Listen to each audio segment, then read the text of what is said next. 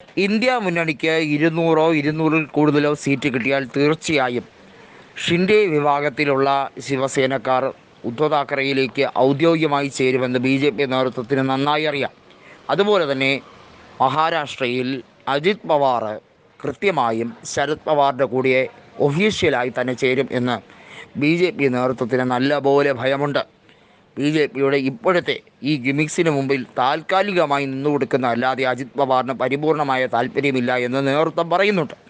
ബാരാമതി സീറ്റിൽ സുപ്രിയ സുലെക്കെതിരെ അജിത് പവാറിൻ്റെ സ്ഥാനാർത്ഥിയെ നിർത്തിയിരിക്കുന്നത് പരാജയപ്പെടുത്താൻ തന്നെയാണെന്നും അജിത് പവാർ ഇപ്പോഴും മാനസികപരമായി സുപ്രിയ സുലെക്ക് തന്നെയായിരിക്കും അവിടെ ജയിക്കാൻ വേണ്ടിയുള്ള സാഹചര്യം ഒരുക്കി കൊടുക്കുക എന്നും BJP നേതൃത്വത്തിന് ശക്തമായി അറിയാം. BJP നേതൃത്വത്തിന് പരിപൂർണമായ കൃത്യമായ ഒരു വിശ്വാസമുണ്ട്. അജിത് പവാറിനെ മെരുക്കാൻ വളരെ ബുദ്ധിമുട്ടാണ്.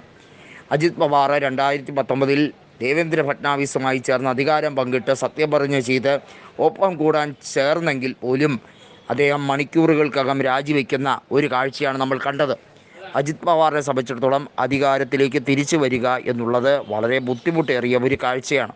കാരണം നിലവിൽ BJPയുടെ ഒപ്പം നിന്നാൽ മാത്രമേ അജിത് പവാറിന് അധികാരം കിട്ടുകയുള്ളൂ എന്ന് മനസ്സിലായതുകൊണ്ട് മാത്രം, അതുപോലെ EDയെയും CBIയെയും ഭയന്നുകൊണ്ടാണ് അജിത് പവാർ ശക്തമായി തന്നെ ശിവസേനയുടെ ഉദ്ധവ് താക്കറെയ്ക്കെതിരെ ഒക്കെ പോരാടാൻ നിൽക്കുന്ന BJP നേതൃത്വത്തിനെതിരെ നിൽക്കണമെന്ന് അജിത് പവാറിന് ഭയങ്കരമായ ആഗ്രഹമുണ്ട്. പക്ഷേ ആ ആഗ്രഹം EDയുടെയും CBIയുടെയും കാര്യം ഓർക്കുമ്പോൾ നടക്കുന്നില്ല എന്നുള്ളത് മാത്രം.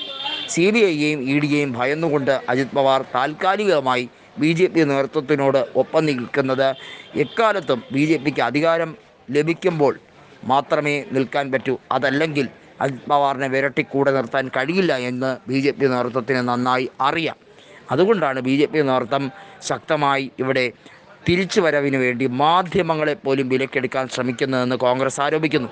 മാധ്യമങ്ങളിലൂടെ പോലും നിശബ്ദ തരംഗം സൈലൻ്റായി ട്രെൻഡ് ഉണ്ടാക്കി BJPക്ക് അനുകൂലമാണ് എല്ലാ സംസ്ഥാനത്തും തൂത്തുവാരും, എല്ലാ സംസ്ഥാനത്തും വലിയ മുന്നേറ്റമാണ് ഉണ്ടാക്കാൻ പോകുന്നത്. 400-ൽ കൂടുതൽ സീറ്റുമായി BJP അധികാരത്തിലെത്തുമെന്നൊക്കെ വലിയ തോതിൽ ബെടായി അടിക്കുന്നത് അതുകൊണ്ട് മാത്രമാണ്. ദക്ഷിണേന്ത്യയിലോ അല്ലെങ്കിൽ മധ്യമേഖലയിലോ ഒന്നും തന്നെ ഏകാധിപത്യ പരിപാടി നടക്കില്ല എന്നുള്ളത് വ്യക്തമായി കഴിഞ്ഞിരിക്കുന്നു.